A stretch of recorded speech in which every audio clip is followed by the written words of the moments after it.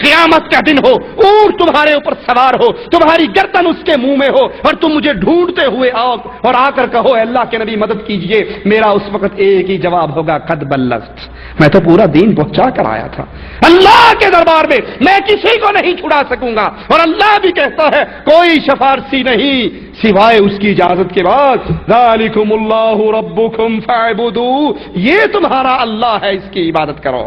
اللہ الذی رفع السماوات بغیر عمد ترونها، اللہ ہے جس نے آسمان کو بغیر ستونوں کے کھڑا کیا، تم دیکھتے ہو، ثم استوى علی العرش، پھر اللہ کہاں ہے؟ اللہ کہاں ہے؟ اللہ ہر جگہ حاضر ہے، ادھر بھی ہے ادھر بھی ہے، جدھر دیکھو اللہ ہر جگہ پہ ہے۔ کیوں جی، کیا ہمارا یہ عقیدہ ہے کچھ لوگوں کا یا نہیں؟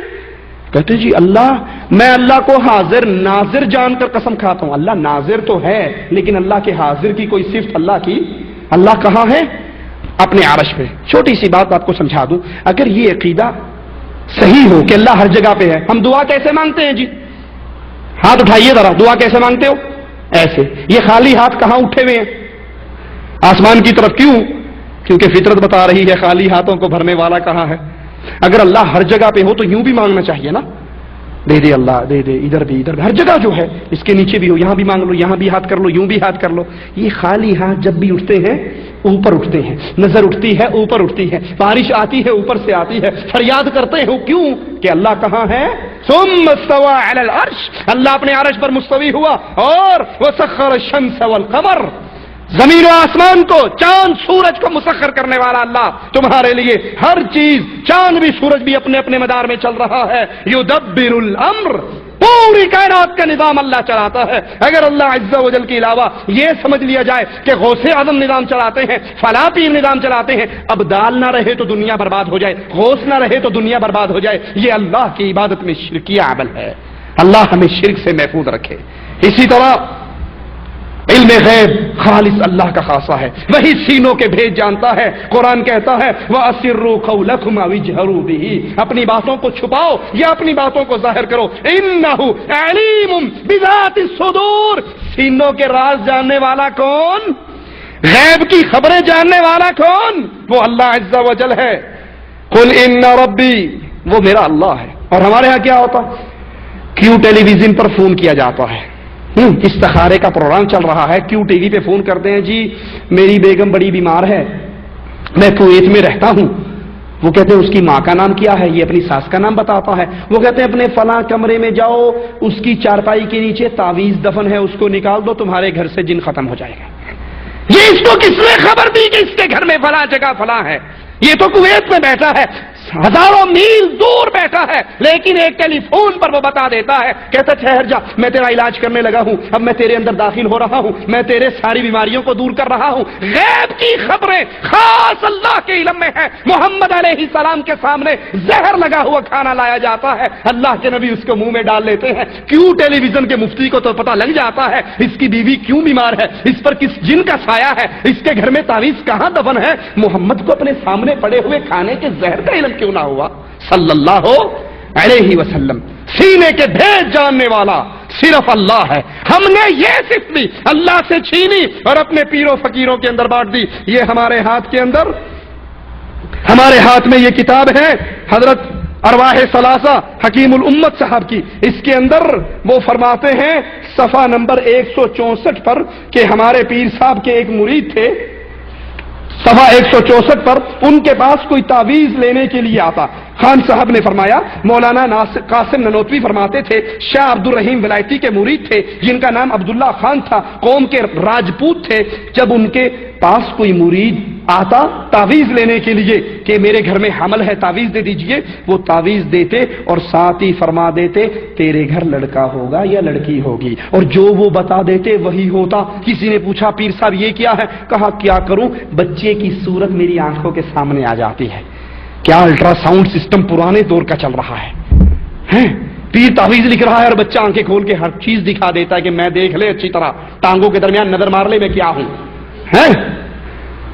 اللہ اکبر، اللہ کہتا ہے یہ غیب ہے، ما فی الارحام، جو ماں کے پیٹ میں ہے یہ اللہ کے علاوہ کوئی نہیں جانتا۔ ہم نے علم غیب کو بھی چھینا، کہیں کیوں ٹیلی ویژن کے مفتیوں کو دے دیا، کہیں ARY کے مفتیوں کو دے دیا، کہیں جیو کے مفتیوں کو دے دیا، ٹیلی فون پہ وہ میرے غیب کی خبریں بتا دیتے ہیں۔ یہ ہفتہ آپ کا کیسا گزرے گا، سنڈے میگزین میں اشتہار چھپتا ہے۔ یہ غیب اللہ کے پاس ہے، نہ پیر کو پتا، نہ فقیر کو پتا، نہ مولوی کو پتا۔ اللہ اپنے نبی کو چاہتا ہے تو بتا دیتا ہے، اور جب نبی کو بتا دیتا ہے وہ غیب نہیں رہتا، علم بن جاتا ہے۔ اسی طرح مالک عز و جل رزق میں کمی کرتا ہے، رزق میں زیادتی کرتا ہے۔ قل ان ربی یبسط الرزق لمن یشاء ویقدر، اللہ جس کا چاہے رزق بڑھا دیتا ہے، جس کا چاہتا ہے کم کر دیتا ہے۔ ولکن اکثر الناس لا يعلمون، لیکن اکثریت لوگوں کی نہیں جانتی۔ لاہور میں صبح صبح بس میں بیٹھو، قوالی چلتی ہے، خواجہ نہ دے گا تو پھر کون دے گا؟ اللہ کہتے ہیں میں نہ دوں، کون ہے دینے والا؟ محمد کریم گھر سے نکلتے ہیں، ابو بکر سامنے سے آتے ہیں، پوچھتے ہیں ابو بکر اس پہر میں گھر سے کیوں نکلا ہے؟ کہتے ہیں یا رسول اللہ صلی اللہ علیہ وسلم، صدیق کے گھر میں کھانے کے لیے کچھ نہیں، بھوک کے ہاتھوں تنگ ہو کے باہر نکلا ہوں۔ دیکھتے ہیں عمر بھی آ رہے ہیں، عمر تم کیوں نکلے ہو؟ کہا یا رسول اللہ صلی اللہ علیہ وسلم کھانے کے لیے کچھ نہیں، بھوک نے تنگ کیا ہے، اپنے گھر سے نکلا ہوں۔ کہتے ہیں اس رب کی قسم جس نے مجھے سچا رسول بنا کر بھیجا ہے، آج محمد بھی بھوک کی وجہ سے اپنے گھر سے نکلے ہیں، میرے گھر میں بھی کچھ نہیں۔ لیکن ہم کہتے ہیں خواجہ نہ دے گا تو پھر کون دے گا؟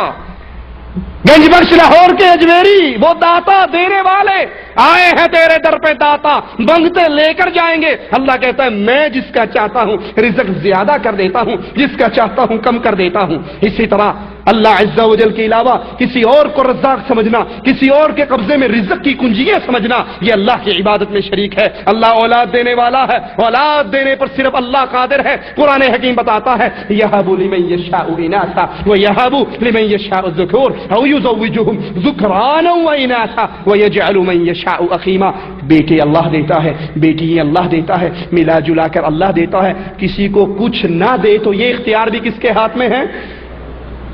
اللہ کے ہاتھ میں۔ اور ہم کیا کہتے ہیں؟ جی بھابیو تسی مرنا نہیں، میری شادی ہوئے 5 سال گزر گئے، بالکل اولاد نہیں ہوئی، مجبور ہو کر تنگ آ کر آخر بابا بلے شاہ کے دربار پہ گیا، اس کی بیری کے نیچے چادر بچھائی، بیر گرا پتر ملیا، اگلی دفعہ پتا گرا تو کڑی مل گئی۔ بیر گر جائے تو بیٹا، پتا چادر میں گر جائے تو بیٹی۔ میں اضافہ کر دوں ناراض نہ ہونا، اگر تنکا گرے گا تو خسرا پیدا ہوگا کیا؟ اللہ سے تعلق توڑ کر ان مردوں سے ایسا تعلق جوڑا۔ بیٹا پیدا ہوتے کیا نام رکھتے ہو؟ پیر دتا، پیر بخشا، نبی بخش، علی بخش، ولی بخش، امام بخش، حسین بخش، حسن بخش۔ لڑکا ہے نا قیمتی چیز ہے، لڑکوں کا تعلق کس سے جوڑا جا رہا ہے؟ پیروں سے۔ اور لڑکی کو ہم کیا سمجھتے ہیں؟ حقیر، حقیر سمجھتے ہیں۔ میرے علم میں آج تک کسی لڑکی کا ایسا نام نہیں آیا پیر دتی، میں نے نہیں سنا، پیر دتی میں نے نہیں سنا، پیر دتا سنا ہے۔ اور لڑکی کا نام کیا ہوگا؟ اللہ رکھی، اللہ دتی، اللہ بخشی، اللہ ماری۔ لڑکی حقیر سمجھتے ہیں، اس کا تعلق اللہ سے جوڑتے ہیں، نعوذ باللہ، کہ کوڑی جیڑی بھی ہوندی رب طرفوں ہوندی، منڈا سارا پینا طرفوں ہوندا۔ عبد النبی، یہ ہمارے ہاتھ میں کتاب ہے حضرت کی، اسی کے اندر یہ دیوان محمدی نام لکھتے ہیں سلطان الکاملین حجت العارفین عبد النبی۔ ہم سارے کس کے بندے ہیں؟ اللہ کے۔ لیکن یہ کیا کہتے ہیں؟ ہم کس کے بندے ہیں؟ رسول کے۔ یہ ہمارے ہاتھ میں ایک اور کتاب ہے امداد المشتاق، حکیم الامت اشرف علی تھانوی کی کتاب، اس کا صفحہ نمبر 93 ہے۔ صفحہ نمبر 93 پہ فرماتے ہیں، ذرا سنیے، سینوں کو ہاتھ رکھیے، دلوں کو تھامیے۔ کہتے ہیں نبی صلی اللہ علیہ وسلم چونکہ واصل بحق ہیں، اس لیے عباد اللہ کو عباد الرسول بھی کہا جا سکتا ہے، عبداللہ کو عبد الرسول کہنا بھی جائز ہے۔ اولاد خالص اللہ دیتا ہے، ہم نے اس اولاد دینے کے عمل کے اندر بھی اللہ کے ساتھ غیروں کو شریک کیا۔ اسی طرح خوف عبادت ہے، جس سے اللہ سے خوف کھانا چاہیے، ایسا خوف کسی اور سے۔ مالک کا اعلان ہے فلا تخشوا الناس واخشونی، لوگوں سے نہ ڈرو، صرف اللہ سے ڈرو۔ اور ہمارا کیا حال ہے؟ چور چوری کر لے اور اسے کہو قسم چک میں چوری نہیں کی تھی، قرآن چوک میں چوری نہیں کی تھی، کہے گا اللہ دی قسم میں چوری نہیں کی تھی، قرآن اٹھا لو میں نے چوری نہیں کی۔ اور اس سے کو اچھا ٹھیک ہے مائی صفورہ کے دربار کی کنڈی کھول دے، اگر تو نے چوری نہیں کی تو چل دربار پہ کنڈی کھول، کہنا میرے بچے مرواؤ گے، بی بی بیڑا غرق کر دے گی، بابا مار دے گا۔ اللہ کا وہ ڈر نہیں، اللہ نام کی جھوٹی قسم بھی کھا لیں گے، اللہ نام کے قرآن کو بھی اٹھا لیں گے، جھوٹے حلف اٹھا لیں گے، لیکن پیر کی قبر پہ جا کے جھوٹی قسم کیوں؟ پیر بیڑا غرق کر دے۔ صبح صبح گاڑی نکلتی ہے مظفر آباد سے اور سہیلی سرکار کا دربار آتا ہے، گاڑی روکتا ہے، جیب سے ابھی کرایہ آیا نہیں، کلیکشن نہیں ہوئی، اپنی جیب سے نکال کر سہیلی سرکار کے دربار میں ڈالتا ہے، پھر ہاتھ باندھتا ہے، سہیلی سرکار خیال رکھی۔ کوئی پوچھے بھائی یہ پیسے کیوں ڈالے؟ ارے ماڑا پتا ادھر چندہ نہیں دو نا، یہ چلتی ہوئی گاڑی کو الٹا کر دیتا ہے، ایکسیڈنٹ ہو جاتا ہے۔ جوتی بندی ہوئی گاڑیوں کے آگے آپ نے نہیں دیکھی، 2D 0 میٹر گاڑی ہے، جوتی بندی ہوئی، یہ کیا ہے؟ اجی جوتی باندھ لو ایکسیڈنٹ نہیں ہوتا۔ کالی ہنڈیا کوٹھی پہ رکھی ہوئی، یہ کیا ہے؟ ماڈل ٹاؤن میں کروڑوں کی کوٹھی، اوپر کالی ہنڈیا۔ ارے بھائی کالی ہنڈیا ہو تو نظر نہیں لگتی، تو گلے میں جوتیوں کا ہاتھ ڈال لو، سر پہ ہنڈیا رکھ لو، تمہیں بھی نظر نہیں لگے گی۔ وہ ڈر جو اللہ کا ہونا چاہیے وہ اللہ کا ڈر نہیں ہے، وہ پیروں اور فقیروں کا ڈر ہے۔ چندہ نہ دیا تو یہ کر دے گا۔ تمہاری بات تو ٹھیک ہے، 11ویں کا دودھ دینا غیر اللہ کے نام کا شرک تو بنتا ہے، لیکن کیا کریں اگر دودھ نہ دیا تو پیر بھینس مار دے گا۔ یہ پیر بڑا ظالم ہے جو 11 گنا لیتا ہے۔ مثال کے طور پہ آپ 5 کلو دودھ 11ویں کا دیتے ہو، 5 کلو دودھ کتنے کا بنے گا؟ پاکستان لاہور میں بڑا مہنگا بکتا ہے، 30 روپے کلو بھی دودھ لگا لو تو 30 روپے 5 کلو کتنا بن گیا؟ 150 روپے کا۔ اور اگر دودھ نہ دو، اس نے بھینس مار دی 50,000 روپے کی، بندے کا پتر کتنا ظلم کیا، 150 کے پیچھے 50,000 روپے ضائع کر دی۔ کہا جی یہ بھینس مار دیتا ہے، یہ بڑی طاقت والا ہے، یہ ٹانگ توڑ دیتا ہے، دربار شریف سے چادر اٹھا کر بھاجو، اندھا کر دیتا ہے۔ یہ لوگوں کا ڈر ہے، اللہ کو چھوڑ کر غیر اللہ کا یہ خوف اللہ کی عبادت میں شرک ہے۔ مالک قول بیان کرتا ہے، سنیے ذرا، ابراہیم کا قصہ بیان کر رہا ہے۔ وَلَا أَخَافُ مَا تُشْرِكُونَ بِهِ إِلَّا أَن يَشَاءَ رَبِّي وَلَا أَخَافُ، میں نہیں ڈرتا ان سے، مَا تُشْرِكُونَ بِهِ، جن کو تم نے اللہ کا شریک بنا دیا ہے۔ ہاں اللہ جو چاہے مجھ پہ کوئی مصیبت آ جائے تو اللہ تو ڈال سکتا ہے، اور تمہارے یہ مردے، مجھے خود یاد ہے ایبٹ آباد میں ہم ایک دفعہ گئے شکار کھیلنے کے لیے، ایک دربار پہ کبوتر مارنے کے لیے میں اور بڑے بھائی چلے گئے۔ وہ بھاگے بھاگے آئے، اس کے مرید، او یہ کالا کبوتر جو ہے نا یہ سید ہے، یہ پیر صاحب کا اپنا رکھا ہوا ہے، اس کو نہیں مارنا وغیرہ، یہ پیر ٹانگ توڑ دے گا، واللہ بتا رہا ہوں یہ پیر بیڑا غرق کر دے گا۔ ایبٹ آباد کا واقعہ ہے۔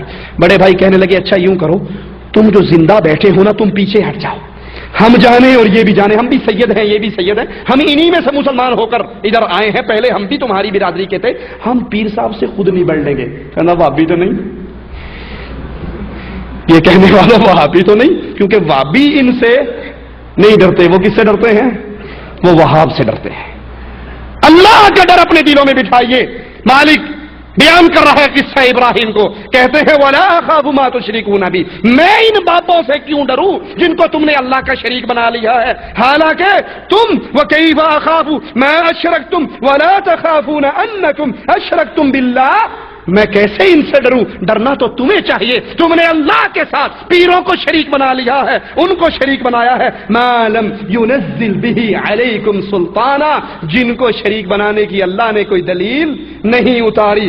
فَأَيُّ الْفَرِيقَيْنِ أَحَقُّ بِالْأَمْنِ، ابراہیم کے سوال پہ غور کیجئے۔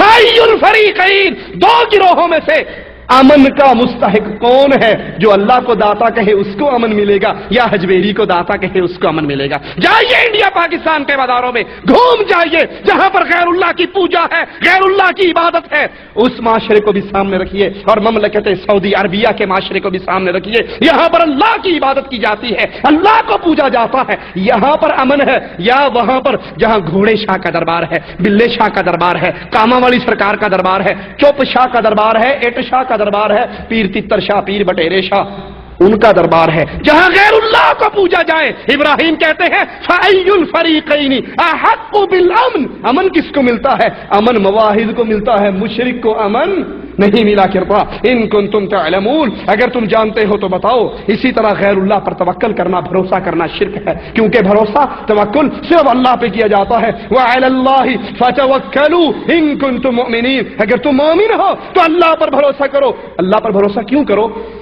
وجہ کیا ہے؟ وَتَوَكَّلْ عَلَى الْحَيِّ الَّذِي لَا يَمُوتُ، اللہ پر بھروسہ اس لیے کرو کہ اللہ کو موت نہیں آنی. پیر صاحب مر گئے, بابا جی مر گئے, نبی مر گئے, علی مر گئے, مولوی مر گئے, شیخ مر گئے, سب نے مر جانا ہے. کل من علیہا فان, سارے مرنے والے ہیں. ویبقا وجہ ربک ذو الجلال والاکرام, ہمیشہ کے لیے کوئی ہے تو اللہ ہے. اللہ پر بھروسہ کرو, اللہ کو موت نہیں آنی. باقی جن پر تم بھروسہ کرتے. اجی بڑا بیمار تھا, جب سے بابا بلے شاہ کے دربار سے یہ انگوٹھی پہنی ہے نا, بواسیر ختم ہو گئی. یہ چھلا پہنا ہے, ٹی بی ختم ہو گئی. یہ دربار کا تیل لا کے کانوں میں ڈالا ہے تو بہرا تھا, سننے لگ گیا. یہ نمک چٹایا پیر توتے شاہ کے دربار کا تو بچہ بولنے لگ گیا ہے. یہ پتھر پہنا تو یہ ہو گیا, انگوٹھی پہنی تو یہ ہو گیا. یہ غیر اللہ پر بھروسہ ہے. اور جو ان پہ بھروسہ کرتا ہے, رسول اللہ صلی اللہ علیہ وسلم نے فرمایا من تعلق تمیمۃ فقد اشرک, جس نے کوئی تمیمہ لٹکایا, تعویذ, سپی, گھونگا لٹکایا, اس پر بھروسہ کیا, کالا دھاگا لٹکایا, اس پہ گرہ ماری, فقد اشرک, اس نے اللہ کے ساتھ شرک کیا. فیروز پتھر پہن کر سمجھنے والوں کہ ہماری بیماریاں ختم ہو جائے گی. عمر ابن خطاب حجر اسود کے سامنے آئے, حجر اسود سے پیارا کوئی پتھر ہے, چومنے لگے تو ایک عظیم جملہ کہا جانتا ہوں تو پتھر ہے, تیرے ہاتھ میں نفع نقصان نہیں. چومتا کیوں ہوں؟ کیونکہ محمد کریم نے تجھ کو چوما تھا صلی اللہ علیہ وسلم. تیرے ہاتھ میں نفع نقصان نہیں. جب حجر اسود میں نفع نقصان نہیں تو بابے کی قبر کا پھونکو مارو والا ہوا تعویذ میں نفع ہوگا؟ رسول اللہ صلی اللہ علیہ وسلم, آخری بات کہہ کے اپنی بات کو ختم کرتا ہوں. رسول اللہ صلی اللہ علیہ وسلم نے ایک شخص کو دیکھا جس نے پیتل کا چھلا پہنا ہوا. پوچھا یہ کیا ہے؟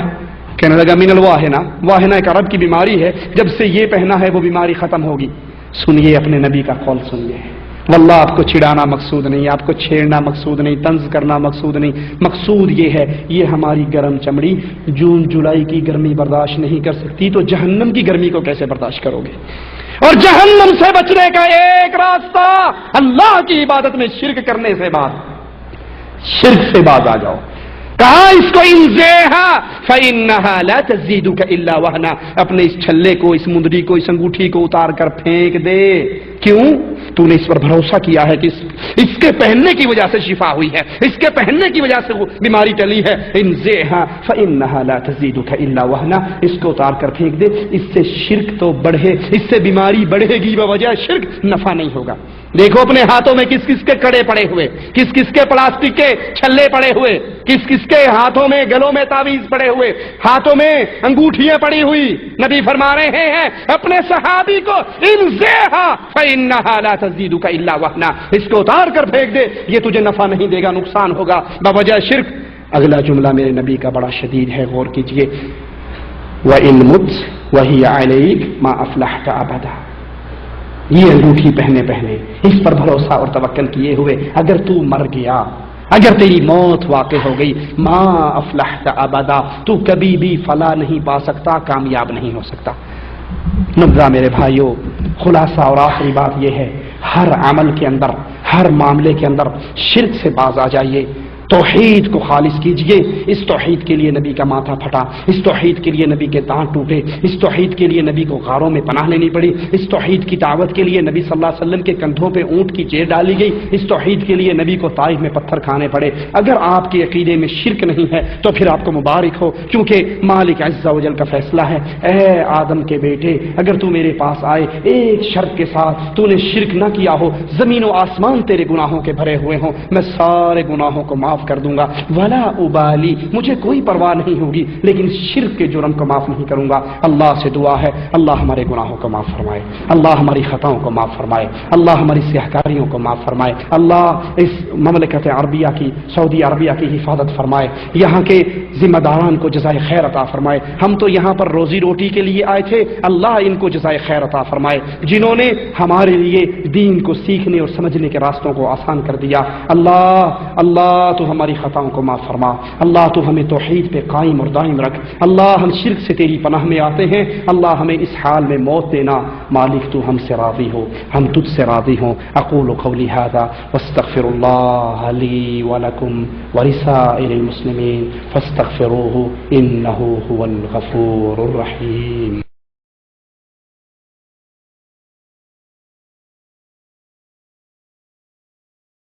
علیکم ورحمۃ اللہ وبرکاتہ. یہ سوال ہے کیا دعا میں یہ کہنا کہ اللہ اپنے حبیب کے صدقے طفیل میری دعا قبول فرما جائز ہے؟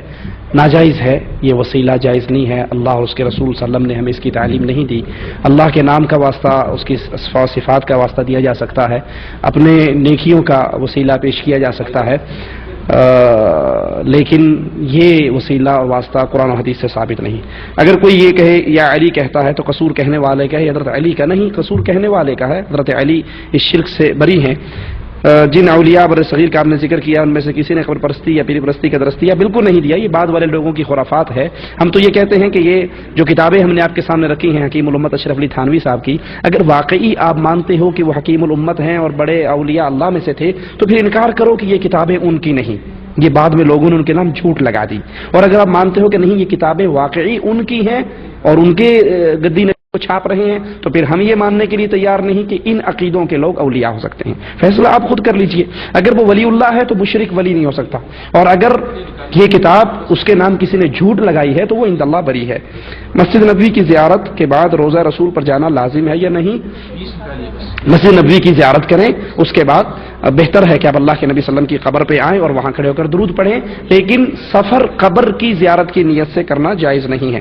قرآن کی قسم کھائی جا سکتی ہے یا نہیں؟ واللہ اعلم. قرآن اللہ کا کلام ہے، اللہ کی صفت ہے، اس پہ قسم کھائی جا سکتی ہے. باقی علماء سے پوچھ لیجئے، واللہ اعلم. قبر کے 3 سوالوں کے بارے میں آپ کیا کہتے ہیں جب یہ پوچھا جائے گا کہ تو ماذا تقول لهذا الرجل، کہ اس شخص کے بارے میں تم کیا کہتے ہو؟ ہمارے کہنے سے پہلے یہ کتاب ہے احمد رضا خان بریلوی صاحب کی، اس کا صفحہ نمبر ہے 373 پر بریلوی صاحب خود کہتے ہیں کہ شریعت نے اس کی کچھ تفصیل نہیں بتائی. ماذا تقول فی هذا الرجل کا جب سوال ہوگا تو شریعت نے اس کی کوئی تفصیل نہیں بتائی کہ وہاں سرکار خود آتے ہیں یا روزہ سے پردہ اٹھایا جاتا ہے. ہم کہتے ہیں کہ وہاں پر سوال ہوگا کہ اللہ کے نبی کے بارے میں تم کیا کہتے ہو. هذا الرجل سے مراد بھی اللہ کے نبی ہیں. وہاں پر اللہ کے نبی قبر میں تشریف نہیں لائیں گے. جیسے ہم انڈیا پاکستان والے مریں گے تو سوال عربی میں ہوگا یا ہماری زبان میں؟ عربی میں ہوگا. ہمیں یہ زبان وہاں سکھائی جائے گی. تو یہ آخرت کے معاملات ہیں. لیکن جن کا یہ عقیدہ ہے کہ نبی وہاں خود تشریف آتے ہیں، ان کا امام خود کہہ رہا ہے کہ یہ شریعت سے ثابت نہیں. کوئی مشرک ہندو پڑوسی ہم کو کوئی چیز کھانے پینے کی ہدیہ دے تو کھا سکتے ہیں اگر ان کی کسی مذہبی عبادت کی وہ چیز نہیں ہے. ٹھیک ہے، 9 محرم کے نہیں ہے، 11ویں کا نہیں ہے، یا ان کی اپنی مندروں پہ ذبح ہوئی بھی چیز نہیں ہے، عام چیز ہے اور وہ پلیت ہاتھوں سے بھی نہیں بنی، آپ کو ان کی صفائی اور پاکی کا بھی پتہ ہے، تو واللہ عالم کھائی جا سکتی ہے، کوئی حرج نہیں. دیوبندی کے پیچھے کیا نماز پڑھنا درست ہے؟ یہ نماز ہو جائے گی. مشرک اور بدعتی کے پیچھے نماز نہیں ہوتی. مشرک اور بدعتی کے پیچھے نماز نہیں ہوتی، مواحد کے پیچھے نماز ہوتی ہے. اب میں نے علماء دیوبند کی کتابوں سے جو عقائد پیش کیے ہیں وہ شرکی عقائد ہیں. اب کوئی عالم ان شرکی عقائد کو مانے کہ واقعی ہمارے بزرگوں نے لکھا ہے اور ٹھیک لکھا ہے، ان عقائد پہ مستمر رہے تو پھر اس کے پیچھے نماز نہیں ہوتی. اور اگر کوئی ان عقائد اور ان مشائخ سے برات کر کے کہتا ہے کہ میں تو قرآن حدیث کو مانتا ہوں، نہ میرے ان شرکی عقیدوں سے کوئی تعلق ہے، نہ ان اہل شرک سے کوئی تعلق ہے، تو ایسے شخص کے پیچھے نماز ہو جائے گی. لیکن جو اس کو مانتا ہے کہ ہمارے بزرگوں نے لکھا ہے، جو لکھا ہے ٹھیک لکھا ہے، اور ان عقائد کو تسلیم بھی کرتا ہے، ان کو مشائخ بھی مانتا ہے، اولیاء بھی مانتا ہے، ان کے پیچھے نماز نہیں ہوتی. اگر والدین مشرک ہوں تو کیا کیا جائے؟ والدین مشرک بھی ہوں تب بھی ان کے سامنے بدتمیزی نافرمانی نہیں کی جا سکتی. ادب و احترام کا صلہ باقی رہے گا، لیکن ان کی شرک کی دعوت کو قبول نہیں کرنا، ان کے باقی حقوق کو ادا کرنا ہے. گھڑی پہننا صحیح ہے یا نہیں؟ پہننا ٹھیک ہے، کوئی حرج نہیں. ہاں اگر گھڑی پہ سونا ہے، اس کے اندر ڈائل میں سونا ہے، تو سونے کی حرمت کی وجہ سے اس کو نہ پہنا جائے. امت کو گمراہ کرنے والے داعی الی الشرک طاہر القادری کے بارے میں آپ کیا کہتے ہیں؟ وہ جتنا نام سے طاہر ہے اتنا ہی شرک کا پلیت ہے. وہ مشرک ہے اور سامری جادوگر ہے، شرک کی دعوت پھیلا رہا ہے. اللہ اس کے فتنے سے امت کو محفوظ رکھے. انشاءاللہ ان قریب اس کی شرکیہ اقوال پر پوری ایک ہم سیڑھی تیار کرنے والے ہیں اس کا جواب دینے کے لیے.